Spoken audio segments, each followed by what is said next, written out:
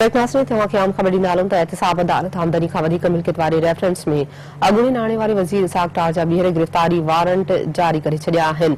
इहा अहम ख़बर नाज़ तव्हां सां शेयर कयूं पिया। एहतिसाब अदालत आमदनी खां वधीक मिल्कियत वारे रेफरेंस में जवाबदारनि जी ज़मानत वारी दरख़्वास्त जी ॿुधणी थी आहे। अदालत जवाबदारनि जी ज़मानत बाबति दरख़्वास्त जो फ़ैसिलो इसाक डार जी गिरफ़्तारी सां मशरूत कंदे ॿीहर गिरफ़्तारी वारंट जारी करे छॾिया आहिनि। अदालत जो चवणु आहे त जेसिताईं इसाक डार खे गिरफ़्तार करे पेश न कयो वेंदो, रेफरेंस ते कार्रवाई अॻिते न वधाई वेंदी। इहा अहम ख़बर आहे, तव्हां सां शेयर करे रहिया आहियूं।